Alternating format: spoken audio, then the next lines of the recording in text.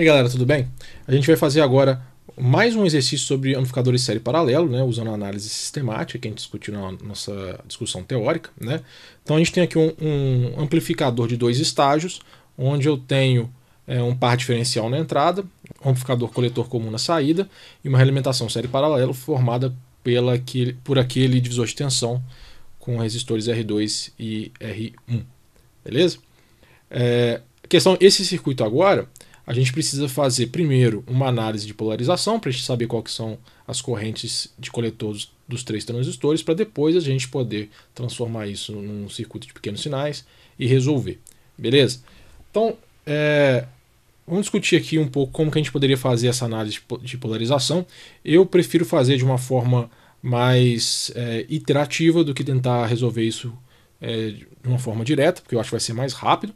Né?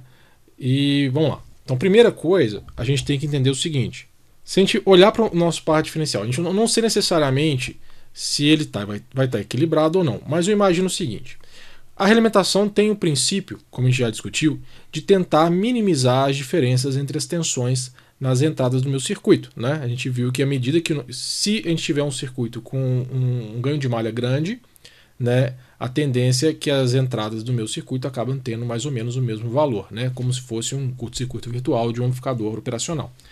Eu vou levar isso em consideração na minha análise de polarização, beleza? Então vou assumir o seguinte, que vai existir um modo comum aqui bem equilibradinho nas entradas de Q1 e Q2, de forma que a corrente de polarização de 1 mA se distribui igualmente por esses dois transistores. Então cada transistor vai ver aqui uma corrente de 0,5 mA. Beleza? Qual que é o problema aqui agora? O problema é que eu não sei necessariamente como que as correntes vão se distribuir depois, porque eu sei que aqui eu vou ter uma corrente IC2, e essa corrente IC2 vai ser alfa vezes 0,5 mA. Eu já calculei aqui, dá algo na ordem de 0,495 mA. Então isso eu já sei a priori. Mas a corrente nesse nó, ela tem a corrente que vem no resistor de 20K, e tem a corrente de base, né, de Q3. Da mesma forma, este nó aqui, na saída, vai enxergar a corrente IE3 chegando, uma corrente de carga e uma corrente que vai circular pelo circuito de realimentação. E da mesma forma, né, esses dois de tensão não é ideal, ele também tem aqui uma corrente IB2 nesse circuito. Então, tem muitos loops ali, e eu preciso equacionar isso para tentar entender. Beleza? Então, vamos levantar as equações principais para a gente poder fazer o nosso método de iteração. Beleza? Então, primeira coisa, olhando este nó aqui, a gente encontra que a corrente no resistor de 20K é 10,7 volts, que é a alimentação, menos o que eu chamar ali de tensão VO1. Vou chamar esse nó aqui de VO1. Beleza? Dividido por 20K, isso tem que ser igual à corrente IC2, que a gente já sabe o valor, mais a corrente IB3. Beleza? Além disso, a tensão VO aqui tem que ser igual à tensão VO1 menos 0,7. Né? Ou seja, tem uma queda de tensão aqui, 0,7, que eu vou considerar. Tranquilo?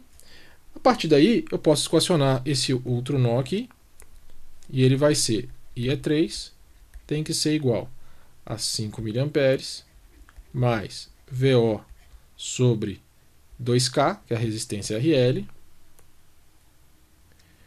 mais VO menos VB2, onde VB2 é a tensão aqui, joia? Dividido por 9K. Beleza? E por fim, eu posso escrever também que, analisando 9B2, então eu tenho aqui uma equação, duas equações, três equações, ainda tem mais uma, que escreve que VO menos VB2 sobre 9K tem que ser igual a IB2, que é um valor que eu já conheço também, mais VB2 sobre 1K. Então tem as equações de Kirchhoff de todos os nós relevantes para esse circuito, né? São 4 equações, e eu posso agora manipular isso para levantar os parâmetros, as incógnitas que me interessam, beleza? Quais são elas? Vamos supor que eu conheço o valor de IB3. Né? Uma análise iterativa, eu posso assumir a priori que IB3 é igual a zero. Né? Seria o meu primeiro ponto. E depois eu tenho VO1, saindo da primeira equação, eu posso escrever como sendo 10,7 menos 20K, que multiplica IC2 mais IB3. Lembrando que IC2 é um valor que eu já conheço. Então eu conheço esse valor. Né? VO é igual a VO1 menos 0,7.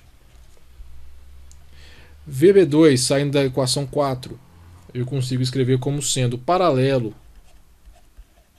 Né? Isso aqui a gente já analisou num outro exercício, vai dar 900 ohms. Paralelo de 1K com 9K vezes VO sobre 9K menos IB2. Né? E IB2 também é um parâmetro que eu já conheço, porque eu conheço o valor de IC2. Né? E por fim, IE3 é igual a VO sobre 2K mais 5 mA mais VO menos VB2 sobre 9K. E terminando o loop, IB3 é igual a IE3 dividido por beta mais 1, que é 101. Beleza? Então aqui eu tenho todas as equações que regem esse amplificador. Beleza? Do ponto de vista de polarização. O que eu vou fazer? Eu vou começar com IB3 igual a zero. A partir disso eu calculo o valor de VO1, VO, VB2, IE3 e um novo valor de IB3. Né? Se tiver diferença em relação ao inicial, eu substituo o valor de IB3 e faço as contas de novo. Né? Para facilitar, eu já fiz uma tabelinha aqui, né, para fazer essas contas, para a gente entender mais ou menos quanto tempo demoraria. Então eu comecei exatamente com aquela situação, né, com IB3 igual a zero, e calculei o valor de todo mundo, né, e fui precisando fazer algumas iterações. Né? Vocês podem perceber que eu gastei 1, 2, 3, 4, 5, 6, 7 e aí eu confirmei, né, 8 iterações. Uma outra solução seria você enxergar o seu circuito aqui e assumir, por exemplo, no primeiro chute que E3 é igual a 5 mA. Talvez isso nos traria um número menor de iterações, né? Mas tanto faz. Eu vou ter que fazer isso aí 8 vezes para calcular esses sistemas, né? Mas ainda assim eu acredito ser mais rápido do que fazer na mão. Beleza? No final das contas, o que a gente tem? A gente vai encontrar uma corrente IB3 de 44 microamperes, uma tensão VO1 de menos 0,9 ou de 9,6 milivolts, uma tensão de saída que é menos 0,8 volts, né? Uma tensão VB2 que é também menos 0,08 volts, ou seja, também 84 milivolts, e uma corrente IE3, que é o que mais importa aqui, né, de 4,52 miliamperes, né. Bom, o que nos interessa? Eu preciso realmente, para calcular o que me importa do ponto de vista de ganho e parâmetros do meu amplificador, basicamente a corrente IC2 e a corrente IC3, né, que eu posso tirar dessa informação aqui. Então, daí eu consigo calcular os GMs de todos aqueles transistores, né, lembrando que GM é quem? GM é a corrente coletor sobre VT, onde VT é 25 mA, e eu consigo calcular o RE, né, dependendo do que qual modelo que eu quero utilizar, o RE, lembrando de novo, é VT sobre IE para cada transistor. Beleza? Então, eu vou usar nas minhas análises o modelo T para os dois transistores, então o que me interessa é isso aqui. A resistência RE do par diferencial é de 50 ohms para cada transistor, e a resistência RE do amplificador coletor comum é de 1.1 ohms. Beleza? Bom, a partir daí eu posso desenhar aqui meu circuito no modelo de pequenos sinais, né? Estou assumindo que as fontes de corrente são ideais, então não tem impedância de saída aqui, beleza? E o meu circuito fica exatamente assim. Tá? O que eu preciso agora para analisar esse circuito? Primeiro, eu tenho que identificar qual tipo de amplificador que nós temos. Aqui é um pouco roubado, porque eu já sei que ele é série paralelo, logo eu sei que essa realimentação aqui ela é do tipo tensão para tensão. Joia? Então agora eu tenho que fazer o quê? Eu tenho que olhar para essa realimentação e calcular o beta. Né? No caso, é um divisor de tensão bem simples. O beta vai ser o ganho do divisor de tensão aplicando uma tensão VO e medindo uma tensão VF na saída, né? A gente já fez isso na aula anterior, até com esses valores. Então vai dar 1K sobre 10K, 0,1, esse é o valor do nosso beta.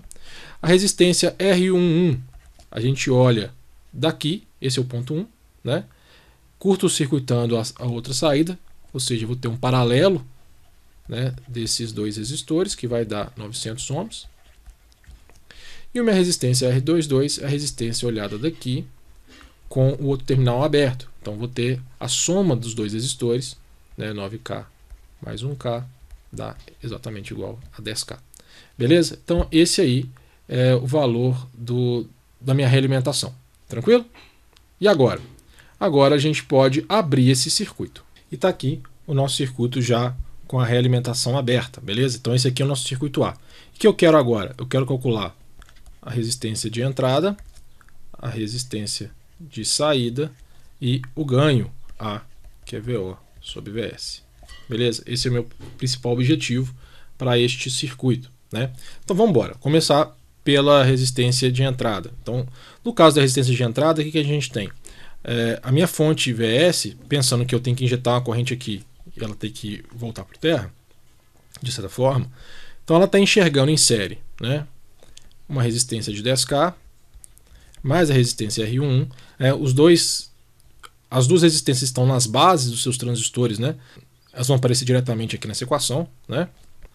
Mas na série aqui eu tenho os dois resistores de emissor do par diferencial, só que os resistores de emissor estão no emissor, logo eu tenho que refleti-los para a sua base.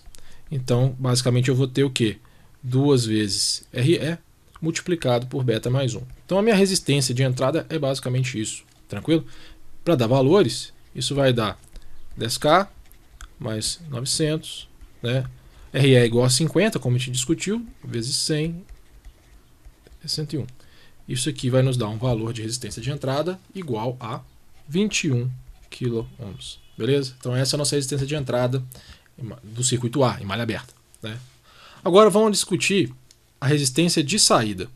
Então para a resistência de saída a gente faz o quê? A gente aterra aqui a nossa entrada, o que vai fazer com que as correntes, né, no par diferencial aqui, na base do par diferencial, sejam zero, né, de forma que esta fonte de corrente aqui vai ser zero, né? E aí, o que eu tenho que analisar é o que sobrou, né? Eu não posso te fazer nenhuma consideração em relação a VO1 agora, porque na prática o que eu estou fazendo é aplicando um sinal externo Vx e tentando ver o que ele me entrega. Mas se a gente olhar para esse circuito, eu posso ver uma coisa interessante, que se eu refletir a resistência de 20K para o emissor do transistor Q3, eu vou encontrar exatamente esse circuito aqui, ó, né? Vou desenhar até na mesma posição. Então eu tenho aqui o resistor de 20K sobre 101, sobre beta mais 1, refletido, né? Depois eu tenho um resistor RE3, né? Um resistor R22, a carga de 2K e a saída, né? Onde está aplicado a minha fonte externa, né? Vx. Percebam que é um circuito puramente resistivo. Lembrando que quando eu faço a reflexão, o que eu estou fazendo na prática é incorporando a influência dessa fonte aqui. Beleza? E aí eu consigo escrever o quê? Que a minha resistência de saída ela vai ter que ser igual a essa associação toda, que é 2K em paralelo com R22, que vale 10K, lembrando, né? Em paralelo com esta série de resistores aqui, que é igual a RE3 mais 20K sobre 101. Né? Substituindo valores, a gente encontra 177,9 ohms. Beleza? Então a resistência de entrada e a resistência de saída são relativamente simples. A gente conseguiu já definir de cara. Falta agora o quê? Olhar ganho. Vamos limpar aqui o desenho e vamos embora. Para olhar o ganho, eu preciso então calcular vários elementos deste circuito. O primeiro deles, eu tenho que calcular quanto que vale IE2, né, que vai definir essa fonte de corrente. Daí eu tenho que definir quem que é VO1. De VO1 eu defino quem é VO. Beleza? Então eu tenho esse caminho para seguir. Então primeiro, para calcular IE2, a gente já viu, né, na análise anterior que a resistência de entrada deste circuito ela é de 21 kΩ, que é a resistência que a fonte VS está efetivamente enxergando, beleza? Então, se eu pegar VS e dividir por RI, o que eu estou calculando? Eu estou calculando a corrente que vai vir neste sentido, né? Que é a corrente de base desses transistores, beleza? Que vai ser, a priori, o mesmo valor de corrente que passa aqui, beleza? Bom, se a gente for ver, eu consigo relacionar essa corrente com a corrente IA2. Ela é basicamente a corrente IA2 negativo, né? Porque o sentido dessa corrente agora é esse e a corrente IA2 está no sentido contrário, então aparece negativo aqui. Mas a corrente IA2 vai ser a corrente de base multiplicada por beta mais 1. Logo, esse valor VS sobre RI é igual a IA2 dividido por beta mais 1. Beleza? Então, tá pronto aqui, né? O que eu tenho? Eu tenho que IA2, no final das contas, é igual a menos beta mais 1, que é 101, vezes VS dividido por 21 kΩ. Né? Poderia também botar já a equação, né, de RI, mas é isso aí. A gente já calculou isso antes. Esse é o valor de IA2. Né? Bom, uma vez que eu tenho IA2, eu tenho que calcular VO1. Tranquilo? Quem que vai ser VO1? Né? Vamos desenhar aqui no cantinho. Então eu tenho aqui uma fonte de corrente alfa IA2, né? E ela está enxergando ali um resistor de 20K. E para cá ela está enxergando a resistência de entrada do segundo estágio. E quem que é a resistência de entrada do segundo estágio? É basicamente toda essa resistência aqui refletida para a base, né? Então, a resistência de entrada do segundo estágio ela é RA3 mais R22 em paralelo com 2K, né? Isso tudo multiplicado por 101, que é o beta mais 1. Beleza? Valores, aqui eu vou substituir valores, né, para não ficar com uma equação muito grande, vai dar o quê? 168,44 kΩ. Beleza? Essa é a resistência. Né? E aí eu tenho o seguinte, a tensão VO1, que é a tensão nesse nó, né, vai ser o quê? Menos alfa IA2, que multiplica 20K em paralelo com esse número aí. Beleza? Se eu substituir todo mundo, né, eu vou encontrar o quê? Um VO1 que é igual a mais, porque o negativo aqui se cancela com esse negativo aqui. Beleza? Né? 85,13 vezes VS. Né? Então eu ganho no primeiro estágio, basicamente, né? 85,13 volts por volt. Bom, uma vez que eu tenho o valor de VO1, eu consigo calcular o valor de VO, porque o valor de VO vai ser definido por esse divisor de tensão aqui. Ó. Então VO vai ser o quê? Vai ser VO1 que multiplica a resistência shunt aqui, que é R22 em paralelo com 2K, dividido pela soma disso com RA3. Né? E de novo, se eu fizer as contas, eu vou encontrar o quê? 85,07 vezes VS. Né? E daí eu tiro o quê? Que o ganho desse amplificador é exatamente 85,07 volts por volt. Beleza? Então temos aí o nosso circuito A. Né?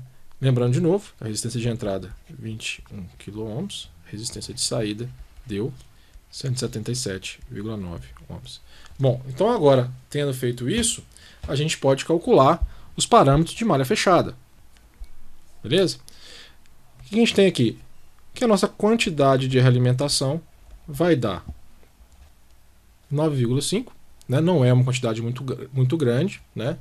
A gente sabe que o nosso ganho de malha fechada ele é igual a A sobre a quantidade de realimentação. Então isso vai dar 8,95 volts por volt. Só para uma questão de curiosidade, né, o ganho de malha fechada ideal, né, que é aproximadamente 1 sobre beta, deveria dar 10. Né? Então a gente tem aqui um erro de 10%, 10,5%. Beleza? Então esse é o erro em relação ao ideal. Notem que mesmo tendo uma quantidade de alimentação não muito grande, o nosso erro também não é um absurdo, né? Beleza. Além disso, a resistência de entrada em malha fechada, ela vai ser o RI vezes a quantidade de realimentação, que vai dar um valor igual a 199,5 kΩ, né? E a resistência de saída em malha fechada vai dar a resistência de saída em malha aberta dividido pela quantidade de realimentação, que vai dar 18,73 ohms. Beleza. Acabou? Não. Porque esse circuito tem carga e tem resistência de fonte. E lembra que eu tenho que retirar isso da informação do meu amplificador? Só que o que acontece? A minha resistência de entrada mesmo, ela vai ser a resistência de entrada em malha fechada menos a resistência da fonte, né? Lembrando que meu circuito está em série na entrada, né? Então eu posso fazer isso. Isso vai nos dar o quê? 199,5K menos 10K, que é a resistência da fonte. Eu tenho uma resistência de entrada do meu amplificador em malha fechada de 189,5 kΩ. Já a resistência de saída mesmo, ela também tem que ser retirada, né?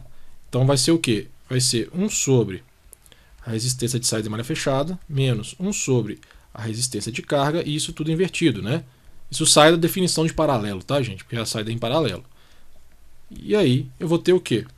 Uma resistência de saída de 18,9 ohms. Beleza? Então pronto. A gente fez aqui toda a análise desse amplificador, né? Encontramos os parâmetros de realimentação, encontramos os parâmetros do circuito A, calculamos ali os parâmetros agora de malha fechada e compensamos, né, a influência da resistência de fonte e da resistência de carga na nossa análise sistemática e encontramos os parâmetros efetivos de resistência de entrada e saída do amplificador em malha fechada. Beleza? Então é isso, gente. Espero que vocês tenham entendido o procedimento, tenha ficado mais claro para como fazer isso para amplificadores um pouco mais complexos. Um grande abraço, até a próxima aula. Tchau.